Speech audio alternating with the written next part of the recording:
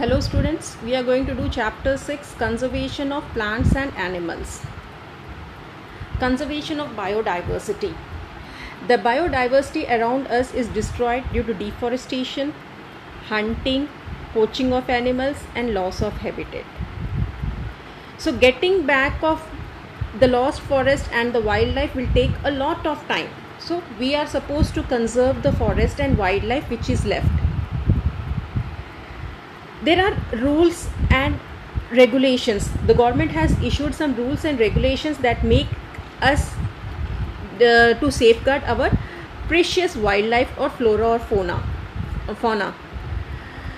The specific areas and lands have been set aside to protect this and safeguard the original habitat and the animals, like biosphere reserve, national park. Okay, so in this way we can conserve our biodiversity. The first is biosphere reserve. Biosphere reserves are the recognized by IUCN's MANS and Biosphere Program to promote the conservation of not only diversity but also the cultural and economic development through the cooperation and collaboration between the people and the nature.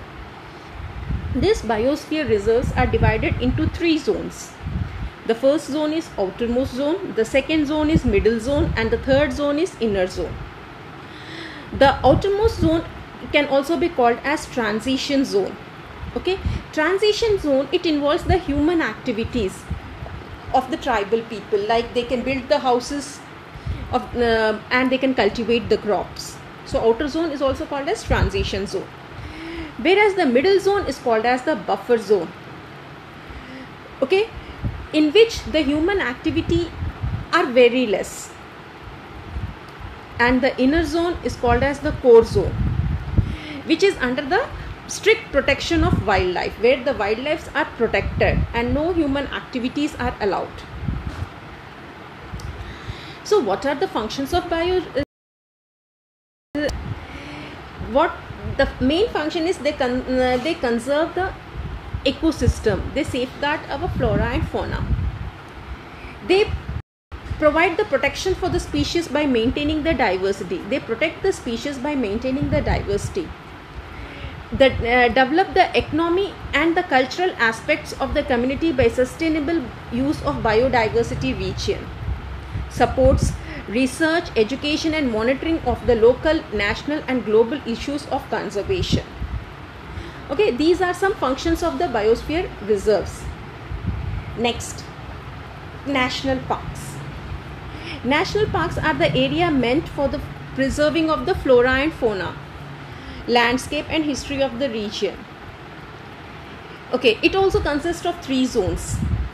In this, the people are given permission to enter in the buffer zone or the designated area in the parks for the educative, cultural and recreational purpose. So the people can move in the buffer zone and they can see the flora and fauna, and they can get more knowledge about the wildlife. No one is allowed in the core zone. In the core area, in the core zone, the human activities are restricted. The best example of the national parks is Ranthambore National Park, which is in Rajasthan. Next, wildlife sanctuary. Wildlife sanctuary is the region smaller than national park set aside for the conservation of wild animals and in the natural environment. Okay, in the wildlife sanctuary we are conserving the wildlife. They help in educating the people about the animals protected there. Okay, we can get the knowledge of the wildlife animals from the wildlife sanctuary. Public is allowed in the sanctuaries with the help of the forest officers accompanying them.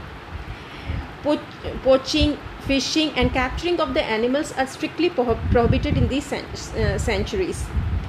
The reason of these sanctuary may have the high population of particular species of the wildlife. The purpose of the wildlife is to safeguard the species found in that region. Botanical and zoological parks. They are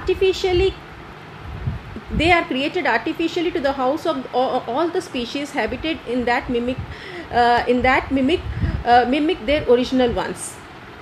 These parks create awareness and educate people about the importance of the wildlife. So they create the awareness and they educate the people about the forest of the wildlife. They play an important role in breeding and taking care of the endangered animals. Means they take care of the endangered animals so that they cannot get extinct. National parks and sanctuaries in the India. First, Kaziranga Wildlife Sanctuary. It is situated near Johar in the state of Assam. It consists of the forest, grassland, swamps which support the Indian one-horned rhinoceros and other wild animals. Chilika Lake Sanctuary. The Chilika Lake in the Bhubaneswar in the state of Odisha. The fauna includes water flow, cranes, sandpipers, flamingo, etc. Okay, many birds come in the Chilika Lake. It's a good Chilika Lake Sanctuary. Madumalai Wildlife Sanctuary. It is located in the northwestern part of Nilgiris in Tamil Nadu. The animals found here are elephant and wild dogs, etc. Rantha Thitu Bird Sanctuary. It is situated on the island of Kaveri, river Kaveri near the Srirangapatnam in Karnataka. The animals which are found here are wild ducks, spoonbills, etc. Similarly, Bandipur Wildlife Sanctuary, it is found in the project Tiger was started to conserve the tiger project was started to conserve the tiger's population. The fauna found here are porcupines, langurs and wild dogs, etc. Next, Kanha National Park. It is situated in the state of Madhya Pradesh. Fauna includes tigers and panthers. Sirika Wildlife Sanctuary. It is situated in Alwar in the state of Rajasthan. The fauna found here, the fauna includes leopards, tigers, deers, etc. Annamai Sanctuary. This sanctuary is in Tamil Nadu. The fauna includes elephant, deers, lions, etc. Corbett National Park. It is situated in Nainital, Garhwal Hills and the Garhwal Hills in the state of Uttarakhand. It is the homes of tigers and elephants.